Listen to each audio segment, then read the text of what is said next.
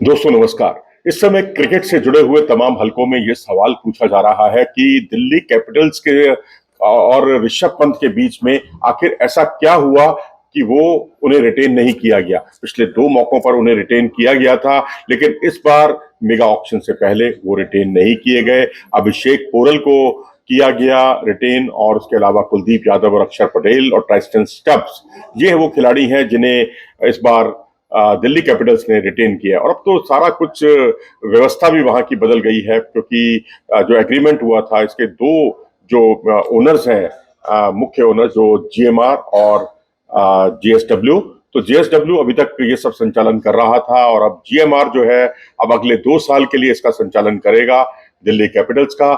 लेकिन अब यहाँ सबसे बड़ा सवाल है कि ऋषभ पंत अलग क्यों हुए दिल्ली कैपिटल्स के से, और उन्हें उन्हें रिटेन क्यों नहीं किया गया। तो दो इसकी बड़ी वजह सामने आई है।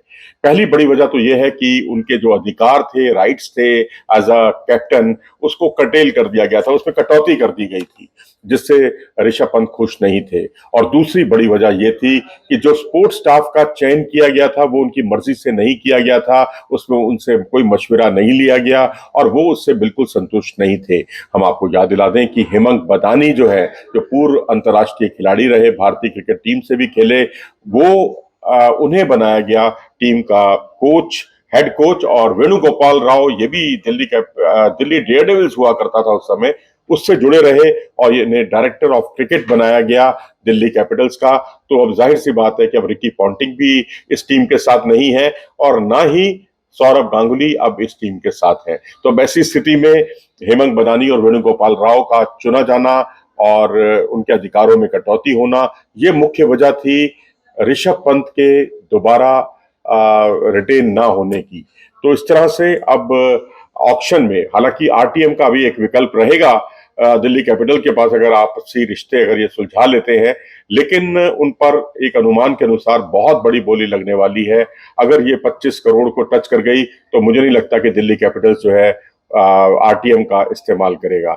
लेकिन लखनऊ सुपर जायंट्स हो, या पंजाब किंग्स हो, या आरसीबी हो, या केकेआर, ये चार ऐसी टीमें हैं जिन्हें कप्तान की तलाश है।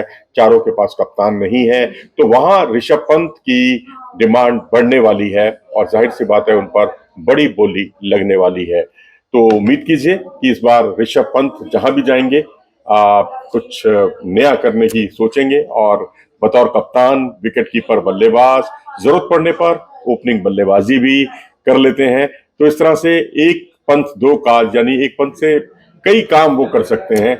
ये उनमें एक विशिष्टता है, खूबी है, बहुत बड़ी खूबी है।